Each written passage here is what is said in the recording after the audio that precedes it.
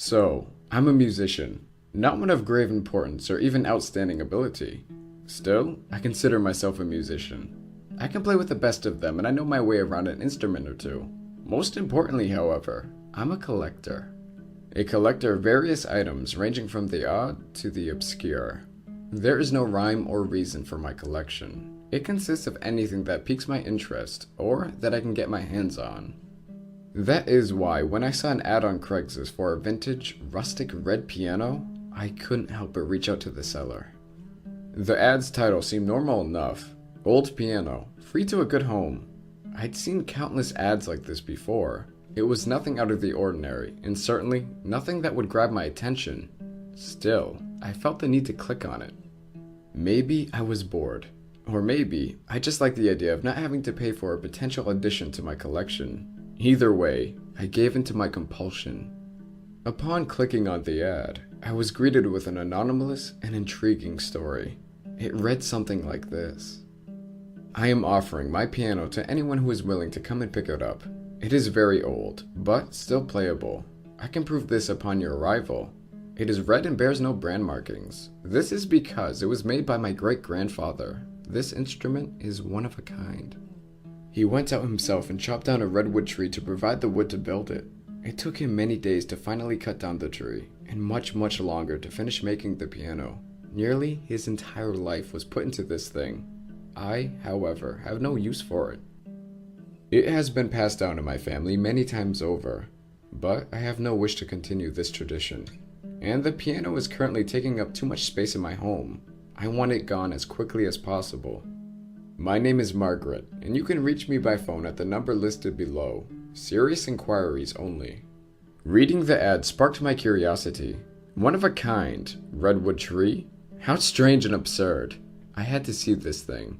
If it was half as remarkable as Margaret's description made it out to be, then it was a must-have for my ever-growing collection. As such, I decided to give her a call. Margaret answered the phone after the first ring, and immediately asked if it was about the piano. Although I found this to be an odd greeting, I assured her that it was indeed why I had called. She seemed rather enthused, but I shared her enthusiasm, happy to know the piano was still available. We set up a time the following day when I could come over and take a look at it. I hung up the phone excited and bewildered. I had a feeling that this piano could very well be the centerpiece of my oddities. My collection spans many eras of history, as well as numerous centuries. They range anywhere from the mundane to the wildly strange, but all of them are nothing if not great conversation pieces.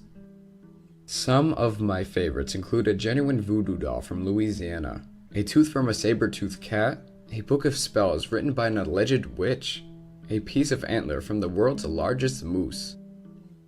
Being a musician, I also own countless instruments, too many to name. Each time I acquire a new item, my heart would race with excitement with whatever it was I was receiving becoming the main focus of my attention. This piano was no exception. I could not wait to see it in person. I woke up the following day with no resistance to my alarm. I was more than eager to start my day and head off towards a new potential addition for my collection. I swiftly went about my daily routine in an effort to minimize the time between me and Margaret. She said that she was an early bird and that I can stop by any time.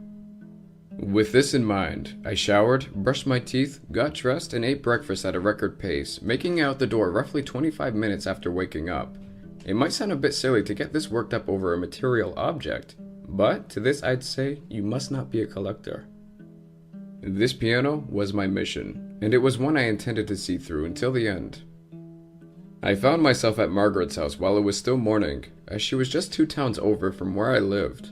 It was a quaint cottage at the end of a dead-end road, surrounded by shrubbery and woods. I noticed an old tire swing in the backyard, indicating that it may have been the house that she lived in as a child. Maybe her parents passed away and left her the house. Maybe the piano reminded her of them and that was the real reason she was getting rid of it. My speculation was interrupted by a woman who came running out of the cottage to greet me. She signaled for me to come inside and went back in herself. This was no doubt Margaret. I never told her what kind of car to be in, but I assumed not many people come out here in the middle of nowhere and park in front of your house. So I got out of my car and made my way up the stone walkway to the front door. In entering the house, Margaret seemed overjoyed to see me. It was something adjacent to seeing a relative for the first time in a great while. It was odd, but refreshing. It certainly made things less awkward. We exchanged a few pleasantries before she rushed me over to the room that contained the piano. I could tell that she was excited to show me it, just as excited as I was to actually see it. I matched her pace as we made our way to the room. Upon entering the room, I stopped dead in my tracks. There, just a few yards away, was the piano in all its glory. It was a beautiful concoction of wood and ivory, the likes of which I'd never seen before. It had such a striking red color, giving it an illustrious and bold finish. And the design, it was magnificent. Simple, yet magnificent. Highly original, and certainly one of a kind, just like Margaret had said in her ad. I stood there in awe with my mouth open. Margaret must have thought I didn't like it, because she quickly started going off in a sales pitch about its charm and history. She then went on to sit at the stool in front of it and placed her hands over the keys. I tuned it yesterday after your call. Let's see how it sounds, Margaret said. Margaret began playing a beautiful piece. Not only did she play, but she sang as well. This is when I took my attention away from the piano and allowed myself to notice her. She was a young woman, maybe in her late 20s. Very beautiful, very slender. She had silver highlights in her hair, giving it a strange, albeit lovely luster. Her singing voice, accompanied by the wonderfully rich tone of the piano, captivated me in a way that I cannot describe. It surprised me to know that she not only played, but could also tune the piano. Her ad made it seem like she wasn't musically inclined at all. I allowed myself to be taken by the song until she finished. Before I could compliment Margaret on her playing, she quickly began talking, continuing her well-rehearsed sales pitch. I don't know if it was her playing or her voice, but I was sold the minute she touched the keys. Because of this, I interrupted her. I'll take it. She seemed astounded when I said this. Really? You will? Wonderful, she said. We were both happy and everything seemed fine, but one fact kept creeping and crawling in the back of my mind. I wasn't sold on the piano's backstory just yet, so I decided to ask her about it. Keep in mind that Margaret and I live in the Midwest. So, have you lived in this house your whole life? I asked, secretly fishing for information. Yes, as did my parents. This house is very old. Older than the piano, she said. And your great-grandfather, he lived here as well? I kept bombarding her with questions. Yes, he did, she said. Well, redwoods only grow in California, so your great-grandfather traveled all the way out there to chop down a tree to make a piano and brought it all the way back here? It was at this point that Margaret realized I'd caught her in a lie. She apologized to me and explained the truth behind the piano. It would seem that her great-grandfather actually did go out and chop down a red tree to make the piano, just like she said. But it was not a redwood. It happened to be a tree that was located near where we both lived, deep in a nearby forest. Being an avid historian, Margaret's great-great-grandfather had known about this tree for a while. It was a local legend of sorts, and it had always been his dream to find it. Locals deemed it the blood tree. It was a sacred tree worshipped by a Native American tribe many years ago. Anyone who finds the tree is said to live a long life filled with luck and prosperity. Those who vandalize it, however, will forever live a life of fear and misfortune. Her great-grandfather, of course, fell into the latter category. Though she claimed not to believe in the legend, she did point out that he did die of a heart attack shortly after finishing the piano. Margaret's story was wild and entertaining. Even so, I believed her. It seemed that her ancestor finally found the tree that he'd been searching for and wanted to take a piece of it home as a trophy. A piano was a fitting choice, seeing as this seemed to be a family of musicians. As for the curse, I was not concerned one bit. Perhaps Margaret was scared despite her disbelief, and that's why she wanted to give me the piano. Either way, I'm a skeptic at heart, so it's a win-win situation in my eyes. I gladly accepted the gift, dark past or not. Despite Margaret's lie and the piano being free, I attempted to offer her money, but she wouldn't have it. She insisted on me just taking the thing off her hands. That would have been fine, but just taking such a beautiful instrument from someone would have not sat well with me. It wasn't much, but I slipped an envelope containing $100 into her mailbox on my way out. After calling over a friend to help me lift the heavy piano into the bed of my truck, I took off from Margaret's house with my new collectible. I made it home with ease, and with the help of that same friend, I positioned the piano in a lovely spot in my living room. I had a new piece for my collection, and I was happy. All was right in the world. Or so I thought. For a few days, my life continued as it normally did. My routine remained unchanged. The only difference was the new piece of furniture in my house, the new centerpiece of my lovely collection of strange objects. After a while, I barely noticed it was there. Despite its beauty, it blended in with the rest of my home, much like the other items in my collection. On the third night after receiving the piano, however, something weird happened. Something most certainly out of the ordinary. I had just laid down to sleep and placed myself in a comfortable position on my bed. As soon as my eyes were shut, I started drifting off into a light sleep. I had been exhausted from a long day at work. To my dismay, a loud bang came from downstairs and jolted me awake. I jumped up out of bed and took a moment to process the sound. I realized quickly that it sounded like the piano's fallboard slamming shut over the keys. That could have easily happened on its own, had I left it open. But I hadn't played the piano even once since I procured it, so how could the fallboard slam shut if it was never open to begin with? I raced downstairs in an effort to satisfy my curiosity and put my mind at ease. What I found did neither. Upon walking over to the piano, I noticed that the fallboard was up. Not only did it not slam shut over the keys, but it somehow opened on its own. No way. There was just no way that was even possible. I discarded the nonsense that was swimming around my overly tired mind and chalked up the sound to being that of one of my neighbors. I also must have opened the fallboard when moving the piano and never closed it. That was the only explanation. I closed the fallboard over the keys and went back upstairs to bed. I ended up sleeping for the rest of the night. The next day was pretty normal for me. I woke up early, took a shower, brushed my teeth, and ate breakfast. I went to work and dealt with the stress that came along with it, just as I always did. The piano was the farthest thing from my mind. It wasn't until I got home that day that it made its way back in. I opened the door to my house and immediately felt a cold gust rush from within. This was strange as I didn't leave the AC on, and it wasn't a particularly eventful day as far as weather goes. Brushing this off, I walked into the living room and set my jacket on the couch. I then looked up and noticed the piano. The fallboard. It was up. That couldn't be. I knew that I closed it the night before when getting up to inspect that strange sound. I absolutely knew it. This got me thinking, was someone in my house? I sped around my house at full speed with a kitchen knife in hand, ready to attack an intruder if there was one. I raced up and down the stairs, covering every inch of the house. I checked and rechecked every room, making sure I was completely alone. And as it turned out, I was. Eventually, I found myself back in the living room, in front of the piano. I looked at it once more, noticed that the fallboard was down. Was I going mad? No. I was just experiencing the side effects of a long day at work, nothing more.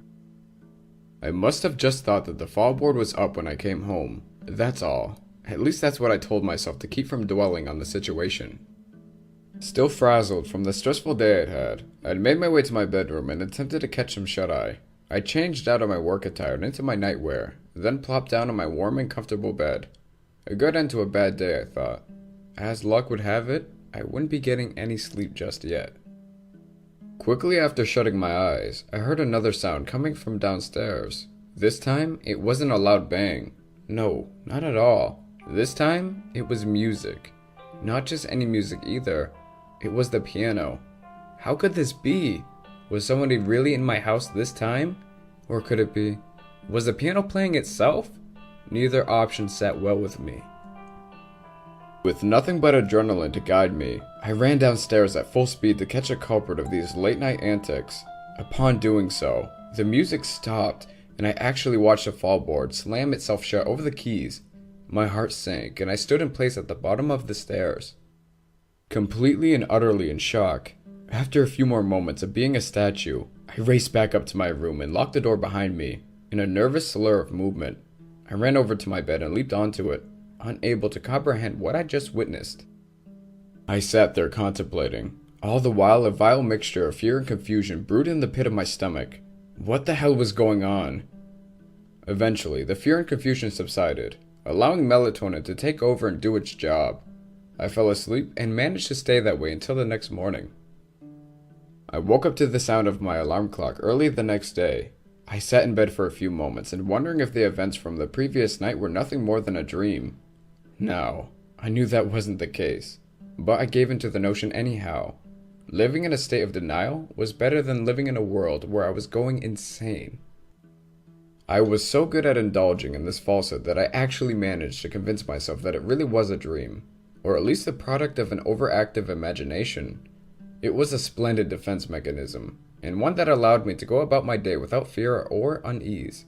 I left, went to work, came home, and went back to bed. Everything was back to normal, just because I told myself it was. But lies only stretch so far. Eventually the truth catches up with you, when you least expect it. As I laid there in bed, ready to sleep through the night, I heard the piano once more. I jumped out of bed rather abruptly and assessed the situation. What the hell was happening here? Was I truly going insane? If not, was this instrument really playing itself? Was there really an underlying layer of this world governed by laws of the supernatural, allowing this piano to be haunted in some way? I thought about it for a few moments as the song went on, and then it hit me. This wasn't paranormal. No, it couldn't be. This was a cheap parlor trick. Margaret created quite the jest. She outfitted the piano to play itself, much like the player pianos they had in the saloons way back when. This was just a prank, a laugh at my expense. That's why the damn thing was free. I ran downstairs to solve the mystery once and for all. Of course, as soon as I hit the bottom step, the piano stopped playing. I walked over to it calmly, confident in my new theory. I opened the thing up and looked inside, begging the piano to divulge in its inner workings to me. It did, but I was surprised by the result. This was just a normal piano. Nothing extra was added in its creation to make it play on its own. Nothing at all. Stunned by this new revelation, I stepped back from the piano. My calm demeanor was no more. I stared at the redwood and ivory keys before me and almost felt compelled to ask, "What are you?" Instead, I remained silent. This silence, however, was quickly obliterated by the sound of the music of the piano starting to play itself once again. I wanted to run, but the terror kept me still. I watched as a horror unfolded in front of me. The keys were being pressed down harder than before, by some unseen force. The piece was also being played at a faster tempo.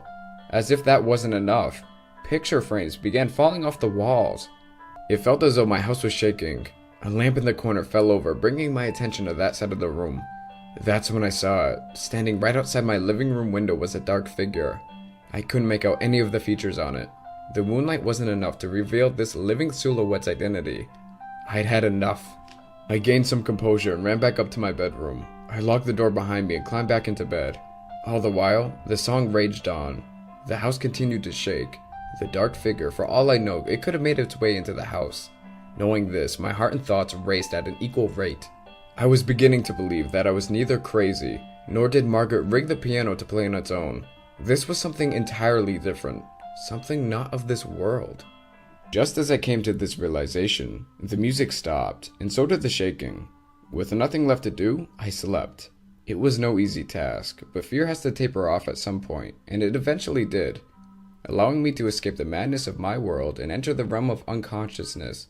I would have been grateful for this, had it not been short-lived. I awoke a few hours later to the house filled to the brim with utter silence. Honestly, it was so silent that I immediately took notice. Normally, I'd at least hear the house creaking, or even the buzz of nature from outside, but none of these sounds were present. I got up and looked out my window for a clue.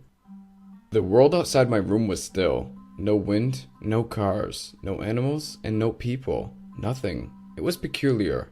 Sure, it was the middle of the night, but where were the crickets chirping, the frogs croaking, and the trees swaying? Where was the life outside my home? For the matter of fact, where was the life within it? I seemed to be the only moving facet in this eerily frozen world. I hesitantly ventured downstairs for any further indication as to why everything seemed to be suspended in time. As I reached the bottom step, I looked over at the piano. There was something off about it. I walked over to it and realized that a few of the keys were pressed down. I attempted to touch them, but they would not budge. In pressing the other keys, I realized that none of them would budge at all. Unsettling? Yes, but not so much compared to what I saw to the left of the piano. It was so dark I almost didn't see it. Standing completely still next to the piano was that dark figure. When I noticed it, I jumped and let out an awkward and fearful grunt of sorts. The figure did not react. It was as if it was inanimate along with the rest of the world. I decided to use this opportunity to my advantage. I crept over to the figure to get a better look at it. I noticed that it was wearing some sort of dark cloak, one that covered its entire body. In the face of the shroud, I saw nothing but pure darkness. I cautiously attempted to pull the hood off its head, but much like the piano keys, it would not budge. I stood there staring at the figure for a few more seconds before a familiar sound filled the room. The piano started playing again, and in an instant the world came to life. I could hear with it the sounds of my house, as well as those of the outside world. I also noticed that the figure in front of me had a swirling aura of energy surrounding it. It was a pelt of darkness wrapped around the shadowy figure, cloak and all. Before I could even react to its appearance, the dark figure hastily reached out to grab me with a skeletal hand. I fell backwards in fear. Scrambling to get up, I managed to stand upright and make a run for it. I bolted towards the front door, rushed through it, and raced to my car. I got in. I had to hotwire the damn thing because my keys were inside, and then I took off. From that point, I was able to calm down slightly. I had escaped, but at what cost? In a much less frightened state, I began to think logically.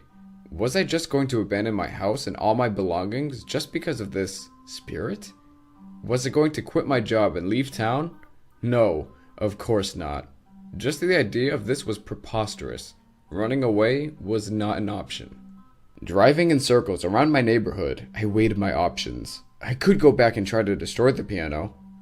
No, bad idea. That could make the spirit angry, and it might attach itself to me in the process, if it hadn't already. I could tough it out for one more night until I come up with a better course of action. Nope, I didn't like that idea either. And that's when a solid plan came to mind. One I'm surprised I hadn't thought of earlier. I peeled out of my neighborhood in a fury and sped off to my next destination. I was going back to the cellar. Surely she would know what was going on. Perhaps she can even help. At the very least, I could give her a piece of my mind for selling me a possessed piano. Either way, I would feel a little better. The drive was a blur. My mind was in such dire straits that I drove on autopilot the whole way there. In seemingly no time at all, I found myself smack dab in front of Margaret's house, desperate and troubled. I knew it was late, but I didn't care. I had nowhere else to go. I couldn't call the cops, or tell a friend. No one would believe me. And even if they did, what could they do to help? Out of luck and out of options, I walked up the stone path to Margaret's door. Just as it was about to walk up to the door and knock, something happened. My march was impeded. The dark figure from my house appeared directly in front of me, keeping me from reaching Margaret's door. I backed up a bit, confused and frightened. But the figure did not follow. I ran back to my car to make a getaway, but the figure remained at Margaret's door. Perplexed, I walked back up to the stone path. In reaching the figure once again, I examined it. It was still just as it was in my house before springing to life. Keeping that in mind, I treaded lightly. I reached around the figure slowly to knock on the door, but I was stopped. The figure came to life once again and grabbed my arm with its skeletal hand. I tried to run, but it had such a tight grip on me that I couldn't move. Not only this, but I could feel its presence anchoring me to the ground. I can't explain it, but even without its hand, this thing had its hooks on me. I cowered before the figure, and it leaned over to me, almost as if to say, "Leave this place." It then vanished into thin air, right before my eyes. I gained some composure, ran to my car, and quickly left Margaret's house. I spent the whole ride home thinking about what just happened. It would seem as though the piano would not let me return to Margaret's house. I was its owner, and that's the way it would stay until I gifted it to someone else. The only issue with this theory is that I could not do that to someone, even a complete stranger. The problem was mine to deal with, and mine alone. I would have to discover a different method to ease my woes. I arrived home shortly thereafter, and reluctantly opened the front door to my home. Everything appeared normal for the moment being. I took advantage of this and headed up to my room. I locked the door behind me, not that it would help though, and threw myself into the mess of blankets and pillows that was my bed. The song started up again. I continued to lie down. Sick of the repetition, I felt the house shake, but I remained unmoved. It wasn't until the banging on my bedroom door that I started fearing for my life. The banging grew louder, and I jumped out of bed and started pushing my dresser towards the door. A blockade was the only solution I could come up with. After placing the dresser in front of my door, I rushed back to bed, inspecting the door while the banging continued. I realized that both the door and the dresser were moving. It was slight but noticeable. Before I knew it, the dresser toppled over to the floor, spilling its contents as it did. Safety was too much to ask for, it seemed. I covered myself in a blanket, attempting to tune out the ruckus around me.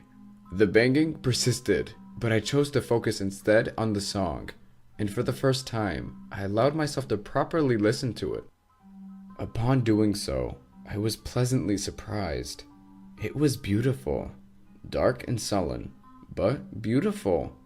The clash of the ivory keys coupled with the storming melody soothed me. It soothed me to the point that I could no longer hear the banging at my door, or feel the shaking of my house. It's almost weird to say, but I was at peace. Relaxed, I drifted away with the song, seamlessly entering a state of sleep.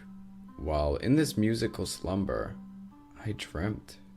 The dream world I found myself in was different from that of my usual dreamscapes. It was intensely vivid and ambient. Hard to describe, really. Words like surreal and otherworldly just don't cut it. The awareness I had is also difficult to explicate. Lucidity is also too small of a concept. The feeling required more explanation than that.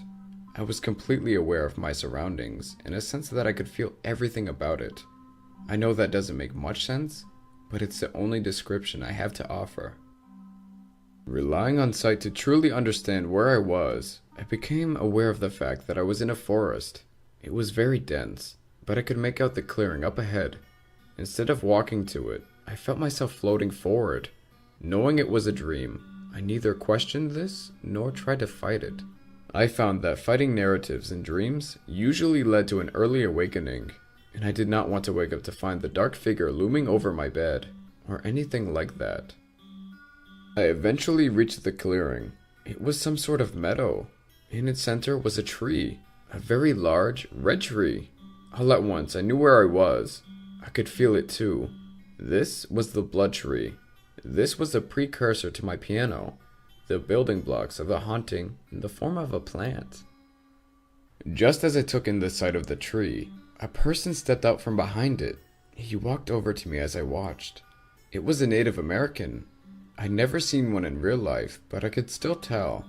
He didn't look exactly like the ones portrayed in documentaries, but he wasn't all that dissimilar either. He was most certainly a Native American.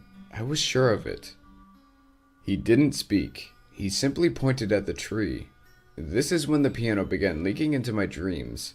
I could hear the song playing from downstairs as glowing lines ran up and down the tree. It was amazing. For lack of a better word, the Native American then walked back over to the tree and put his hand on it.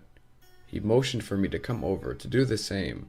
Confused and awestruck, I obliged. In placing my hand on the blood tree, I felt it spark.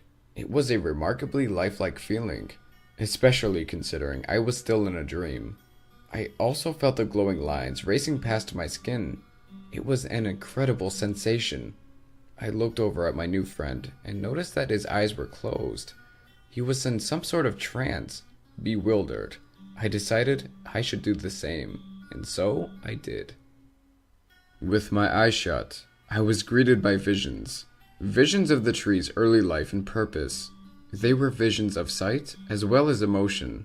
I could feel everything that these people felt as they worshipped this ancient plant. It was breathtaking. The tree wasn't always red.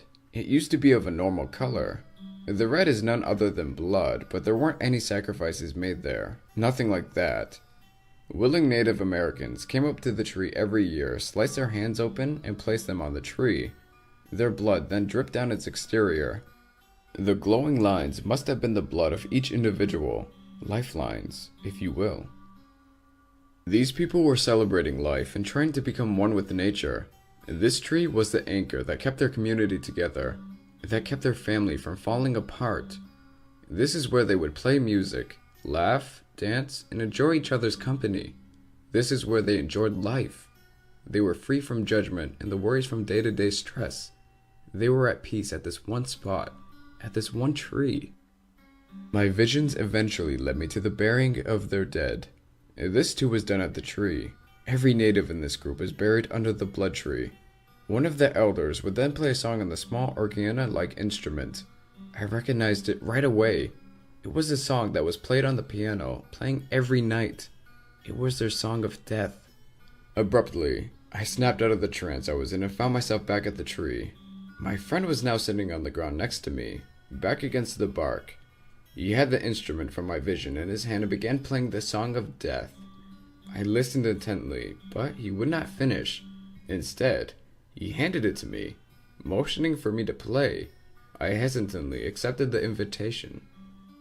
I managed to get the hang of the potato-shaped ocarina rather quickly, as it was a simple instrument. As such, I began playing the song. The strangest thing happened when I did though. The tree began wilting. Its bark changed from red to black and its leaves started falling. I stopped playing, but the Native American motioned with his hands for me to keep going, and so I continued. I kept playing the song and the tree kept wilting. My friend was ecstatic. Somehow, this is what he wanted, but I didn't know why. You know how something in a dream could be so perplexing, and it isn't until you finally wake up that you truly divulge in its meaning? That is exactly what happened here.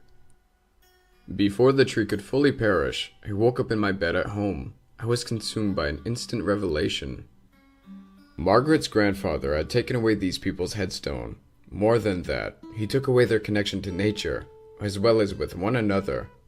The tree and its spirits needed to be put to rest once and for all, and there was only one way to do this. I needed to play the song of their dead on the piano, the whole way through, without interruption. I can't explain how I came to know this. The accumulation of emotions I felt in the dream, joy, tranquility, confusion, and sadness, they all seemed to point me in this direction. I know it doesn't make sense, but it did to me. I got out of bed shortly after coming to this realization and walked over to my bedroom door. There was no banging, no song, no nothing. The world seemed to be frozen, a perfect opportunity to venture downstairs to the piano. I opened the door and walked at a normal pace to my destination, so as not to disrupt anything or break the illusion, so to speak. I calmly made my way to the piano and sat down. I placed my hands on the keys and began playing. I knew the song by heart now, having heard it so many times. Not only that, but the piano itself seemed to be guiding my hands across the keys. As I played, the whole world around me ceased to remain still. The house began shaking violently, knocking frames and furniture all over the place. Still, I continued playing. Out of the corner of my eye, I noticed a dark figure, standing outside my window. This made me a bit uneasy, but I couldn't stop playing for anything. I knew not the outcome of this nightly adventure, but I knew that I had an obligation to persevere, if not for the tree or its ghosts, then for myself. I needed for this nightmare to end. The dark figure kept disappearing and reappearing at odd locations in the room. Sometimes I'd see it right next to me. Other times I could feel it breathing down my neck. I paid no attention despite my fear. I wouldn't let it ruin my chance to putting this haunting to a rest, not when I'd come so far. Just as the shadowy figure appeared sitting next to me at the piano, and just as I felt the house stop to shake, I hit the final note of the song. How it felt can't be described in words. Cathartic is a good attempt, but nowhere near as elevating as it actually felt. It was like a huge weight was lifted, not only off my shoulders, but off the shoulders of many others too. It was an indescribable experience. Basking in elation, I turned my head and noticed that the dark figure was still sitting next to me. It didn't look the same. However, the swirling vortex of darkness surrounding it was gone. It now seemed to be nothing more than a cloaked man. He slowly reached up and pulled the hood down from his head, as I watched. It was my friend, the Native American from my dream. But how? Before I could bombard the man with any questions I might have had, he looked at me and smiled before vanishing. It has been many months since I was haunted by the piano, and I haven't heard a peep out of it since. It's still sitting in my living room, and I do play it on occasion. It is my best guess that my theory worked. I somehow had a hand in laying the tree as well as many spirits to rest. The ordeal still begs a question though. Who was the cloaked man? Was he some form of death who wanted the souls of countless Native Americans to be put to rest? Or was he a Native American himself, one of the many spirits trying to cross over to the other side?